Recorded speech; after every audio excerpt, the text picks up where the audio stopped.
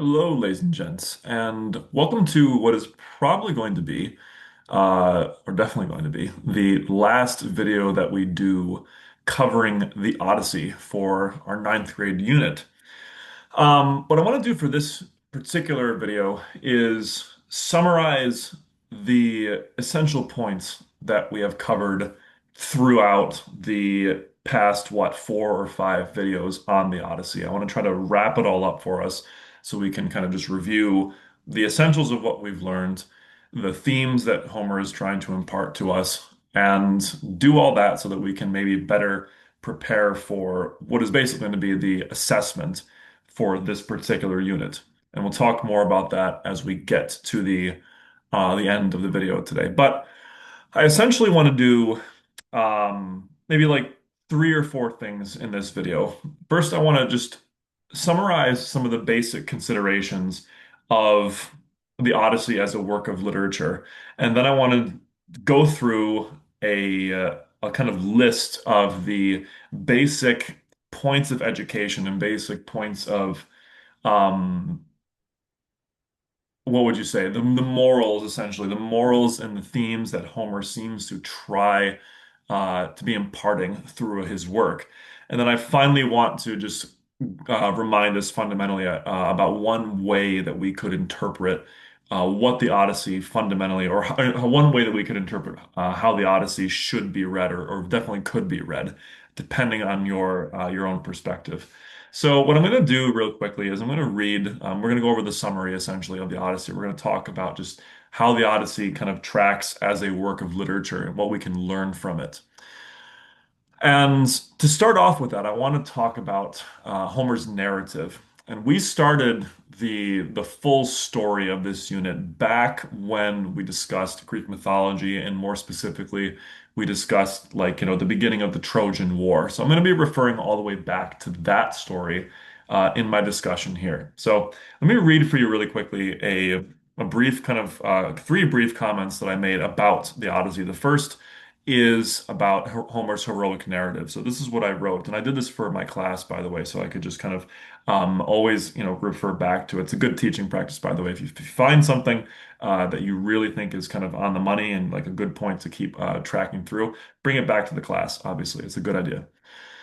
So, in respect to Homer's narrative, in many ways, it concludes the saga of stories surrounding the war with Troy, almost all of which are tragedies. Now, that's something interesting that we definitely talked about in that first video. When we looked at the stories of the main players of the Iliad or the Trojan War, this kind of saga of myths, this connected, what do you want to call it, cinematic, mythic universe that the Greeks had created, where we had characters like Achilles, Odysseus, Agamemnon, and Paris or Hector, right?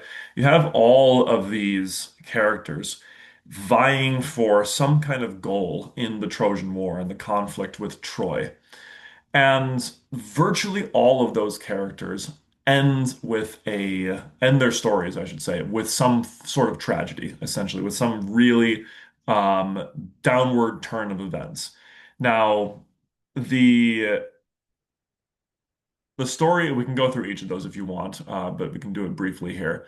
For example, the story of Achilles, we see the result of someone who is essentially chasing the path of glory that his society has laid out in front of him, saying, you need to go and you need to earn your honor, earn the glory that we are saying you need to do before you die, fundamentally. And he's struggling with his anger and his kind of wrath, his ire therein. Now, how does his story end? Well, it ends tragically. Again, he loses a lot of his honor. He loses kind of control of himself in a way. He does make amends for it, but he still, ends up losing all of the kind of the life and passion of his youth. And the potential of his life is lost in Troy, and of course his best friend Patroclus, and any kind of hope for a family or anything else afterwards. Now, when it comes to someone like Agamemnon, we see sort of the consequences of a man who is chasing power and chasing control and chasing status in the world almost above all else. And we see that pretty clearly when, what happens with his family, right? He quite literally sacrifices his daughter on the altar of a god in order to give him the power to go and conquer Troy with this army. He does this, even at the warning of his wife, Clytemnestra. And what is his reward for it? Well, he has to obviously struggle with his own men as he gets to Troy for 10 years. He does conquer Troy, he conquers Ilia. But as soon as he comes back, he is like literally killed and destroyed by the consequences of what he had done and the dysfunction he created within his own family. So there's a tragedy there. When it comes to someone like Paris, another character that we had been tracking pretty closely since the beginning of the war with Troy, or I'm sorry, the beginning of the story, we see again literally the consequences of someone who chooses, if you remember back to his choice with the apple, with the golden apple of chaos, he chooses not power, status as the king of the world, essentially. He chooses not martial victory, kind of martial prowess, much more like Achilles. He chooses beauty or kind of like sensual desires, kind of the most beautiful woman. He chooses that as his main goal. And what is the result? Well, he kind of like sparks this enormous conflict and this whirlpool of tragedy that we see in the Trojan War and after the Trojan War. So and then he kind of just disappears and goes off and lives in shame as a result of that. Okay, so Homer, yeah, in some sense is drawing all of that to a close here with Odysseus. So in some sense, you're seeing, all these characters fail, or all these characters encounter some terrible tragedy, or kind of suffer from their flaws and their aims and their improper aims in life. But then we get Odysseus' story, where he is going to, Homer, the author, is going to conclude the whole saga of the Trojan War with this character. And this is going to be the one character who has apparently a proper aim and will succeed and will get a comedic, proper ending to his journey. Much different than the other guys did. Okay, so that's something definitely to keep in mind. So I wrote, yet here he gives us a starkly contrasting comedy with the tragic elements of hubris, misinterpretations, and dilemmas, but where each are overcome through trials. So that's interesting, is that Homer is not writing us a story that is completely devoid of tragedy, right? I think that's pretty clear when you read the Odyssey. There's tons of tragedy there, and I listed out the major features of tragedy, right? We have the hubris, right? We have Odysseus struggling with his own excessive pride, or at least a little bit of it, right before the episode with Polyphemus. And then we also have the misinterpretations here, right? We have him trying to figure out what is it he's supposed to do, what is it that's going on. That there are some elements of that here as well, and of course there's the element of terrible choices and kind of dilemmas where there is no really good choice. Both are just tragedies here.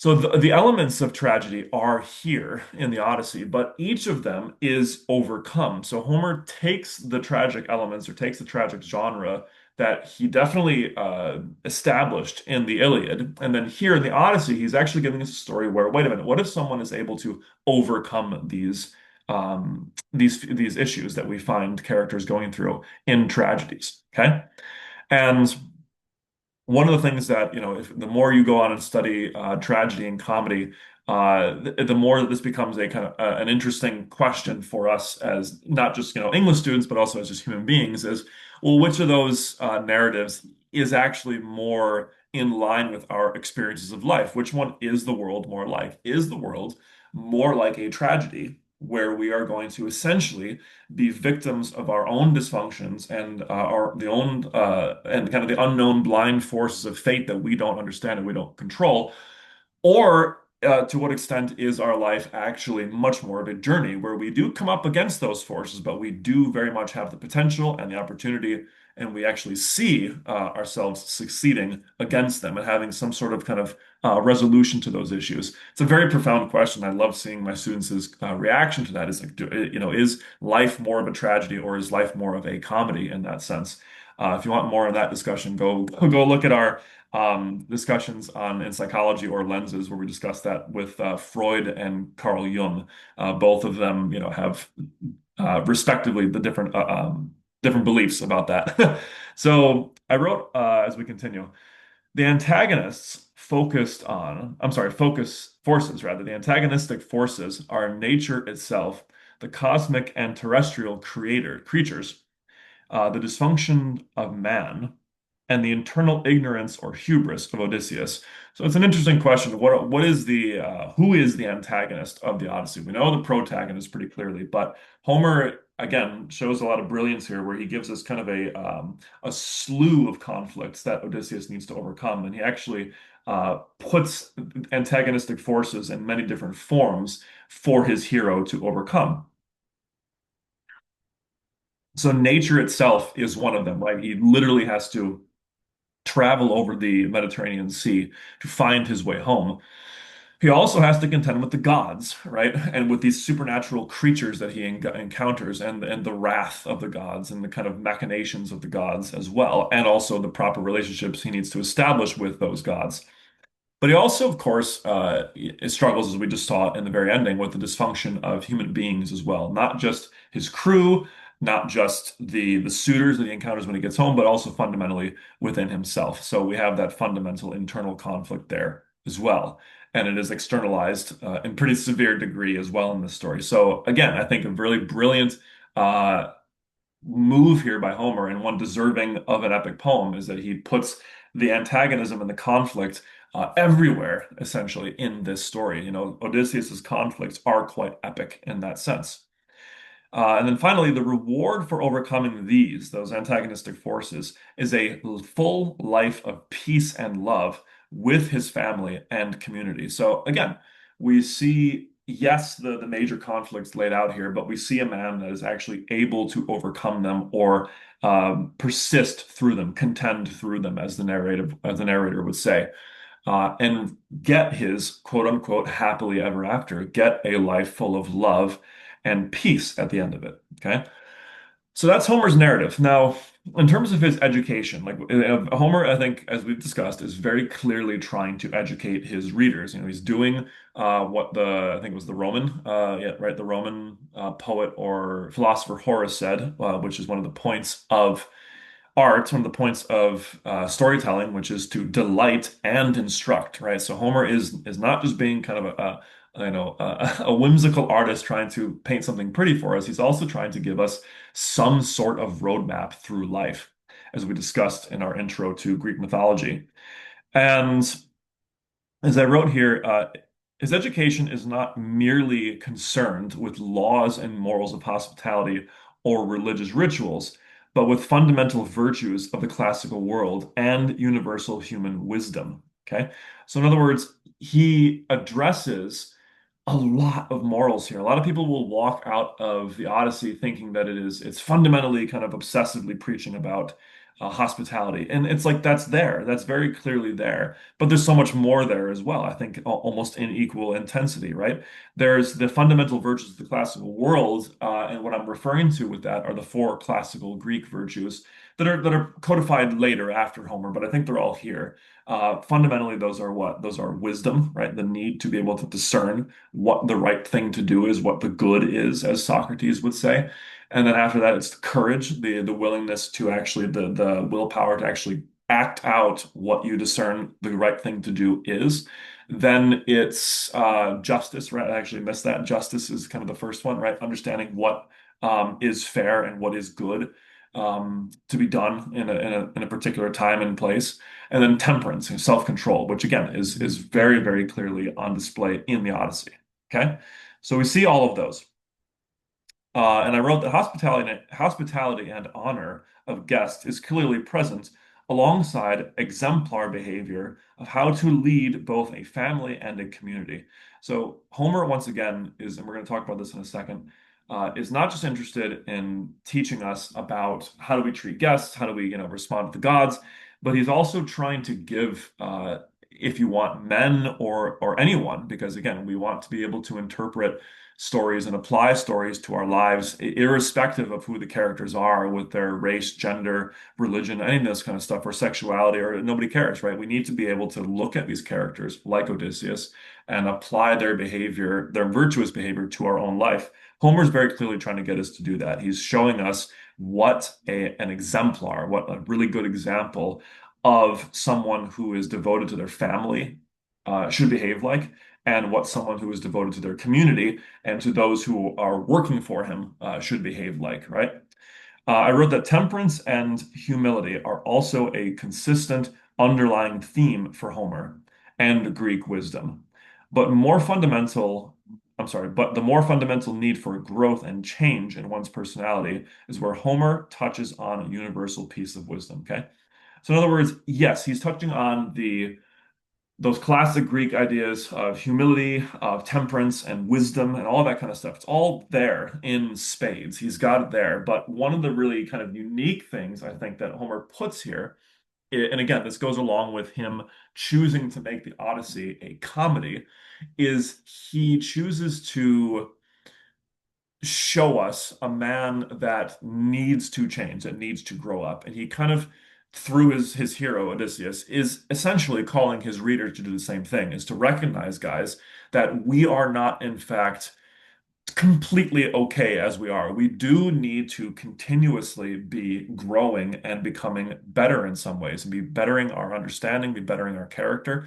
We are not just fine as we are, right? And not in the Mr. Rogers sense where we need to learn to love the essential our essential nature unconditionally. That's not what we're talking about. We're talking about like the need to grow up, basically the need to grow up and become stronger, and be able to face the challenges of the world, and be more than we are right now, be better than we are right now, and be kind of continuously growing our skills and our understanding and our goodness through life. That's what he is depicting in Odysseus, right? And I think that's kind of an underlying feature that we see in his iconic heroic trait, right? His wisdom, his cleverness.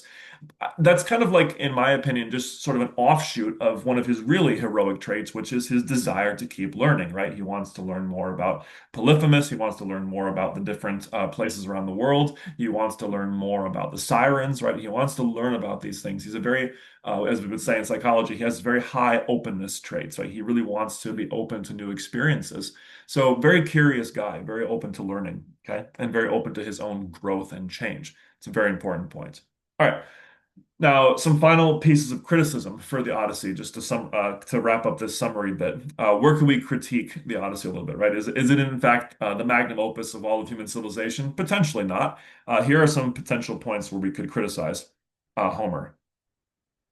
Um, Potential criticism can provide fruitful insights when applied to Homer's emphasis on violence, the nature of Greek deities, the role of women, the actions of Odysseus with Calypso and the suitors, or the universal failure of his men. So there's a couple different things we labeled out there, some points we can consider to criticize this text with.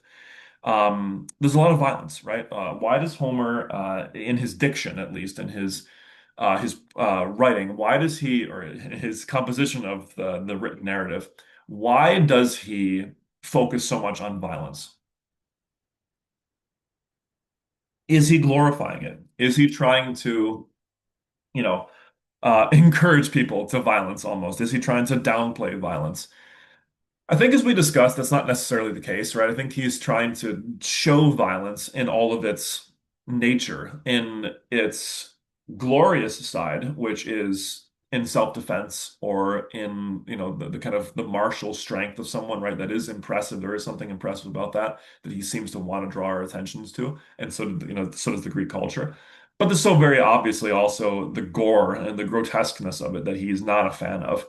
And for those of my students who are really paying attention to what I just said, and have been paying attention to the Greek culture, you will recognize in what I just said about this particular piece of criticism as being essentially the central idea and the central spirit of the two gods, Ares and Athena, where they're both the gods of war, but a certain aspect of war, where Athena is much more of an impressive goddess who is trying to, who does embody the glory of martial wisdom and martial success and all this kind of stuff, right? So a war well fought and well executed, and the competence needed to be able to do that in order to defend your home or put down some very, very worthy enemies. Whereas Ares is much more of the kind of hot-headed, violent, bloody, gory, kind of, more atrocious side of war. So there's a little bit of that we could criticize with Homer.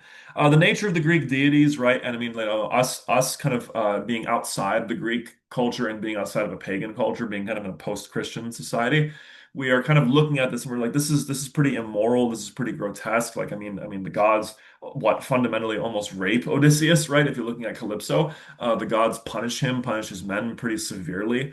So there's all sorts of things that were kind of strange to us, depending on how we interpret this story when it comes to the behavior of the deities. The role of women, as we talked about with our reflection last time, that is something we could really look into, criticize or praise, depending on your own beliefs and your own kind of background. The actions of Odysseus with Calypso, as we said, and the suitors, right? So some points where we see Odysseus um, tripping up a little bit as a kind of a completely idealized hero, right? Why does he choose to sleep with Calypso? Did he have a choice? Is this heroic? Is this not? Or with Circe, for that fact. Why did he need to slaughter all the suitors in his house, right? Are there other options he could have taken there? Is this very heroic? Why or why not? And then the universal failure of all of his men. Why does Homer allow all of the men around him to fail? Why does he choose just the one guy, the king, the family man, to be able to get home? Is there something he's trying to say in that, or is this just kind of like, just more kind of cruel narrative that he's throwing in here?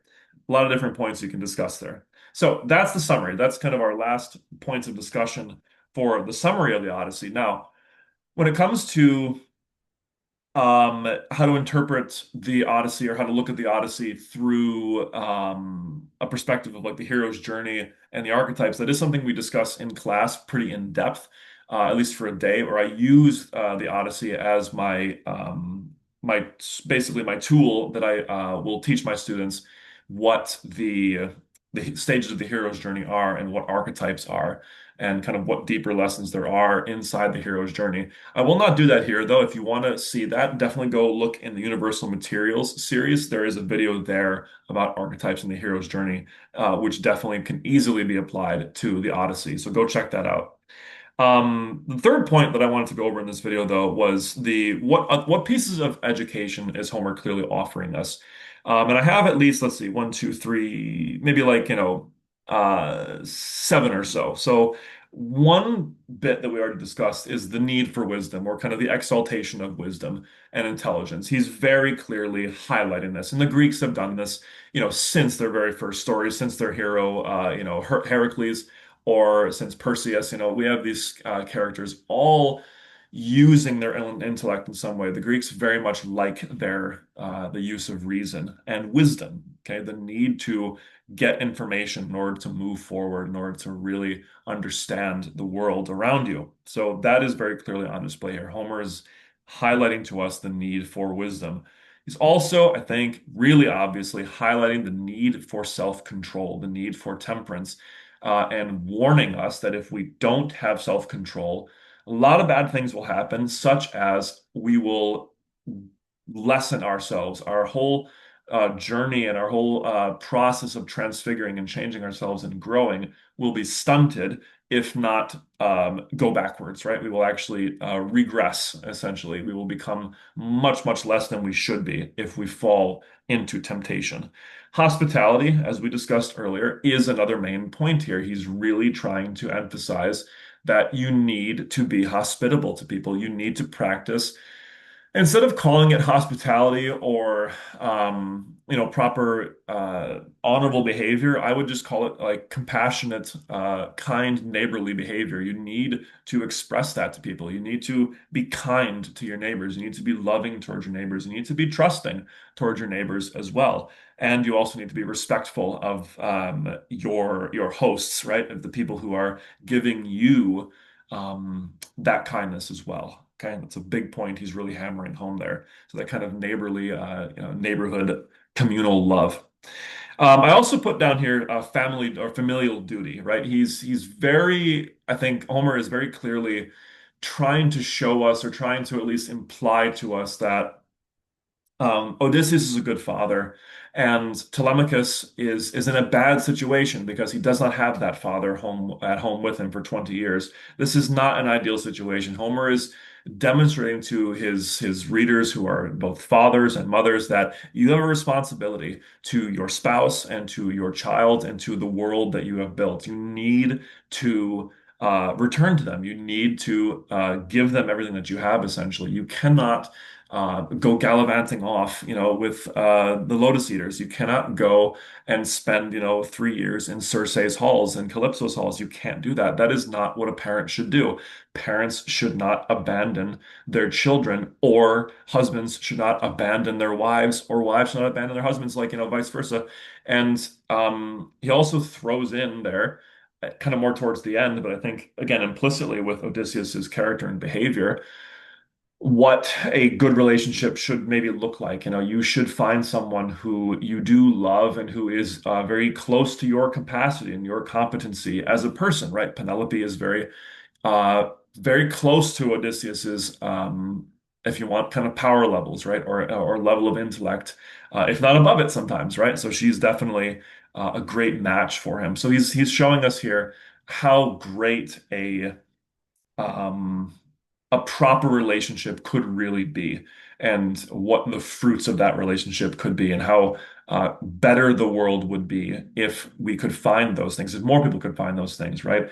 And he kind of slaps you right upside the head. And that last book that we read, where he literally contrasts all the other or the other stories that we just read, or we just discussed, in the Trojan War, with Odysseus' story, saying, look, when he had Penelope explain, look at our marriage. Look at how wonderful and how blessed we are, as opposed to Helen of Troy, for example, right? So we have Homer there, I think, very clearly pushing this idea that, look, you need a fulfilling, healthy, functioning relationship if you want to be kind of maximally fulfilled in life. Okay.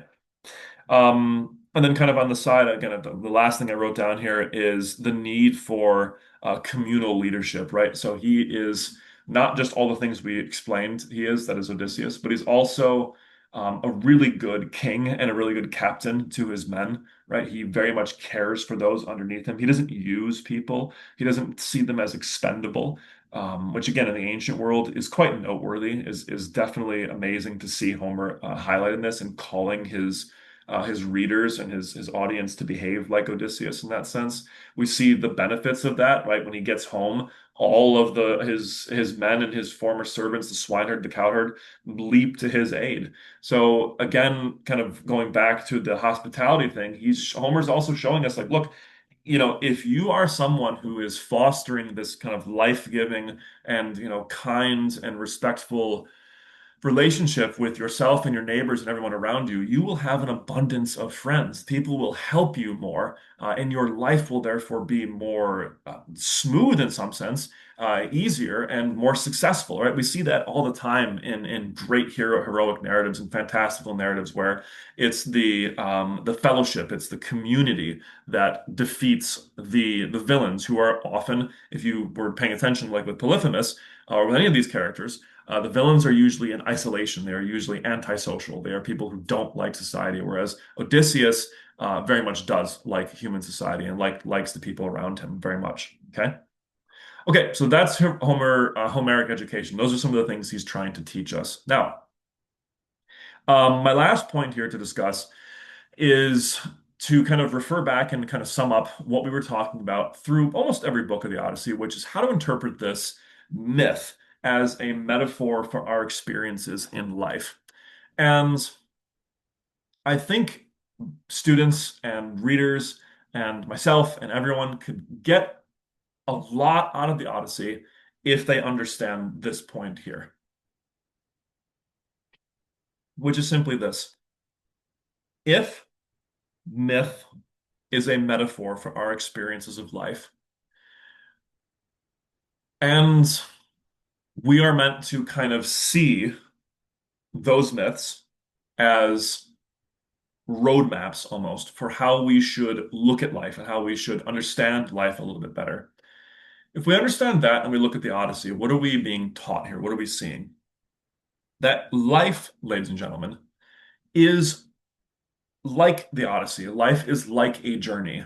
It is not like um, a pointless story where we just sit here and make some money, play in our sandboxes, and then die, right? Stagnation, isolation is not the type of story that we are getting here. We are getting a story about the need for journeys, the need for relationships, the need for growth, the need for overcoming obstacles, the need for pursuing noble goals. That is our noble aims and purposes.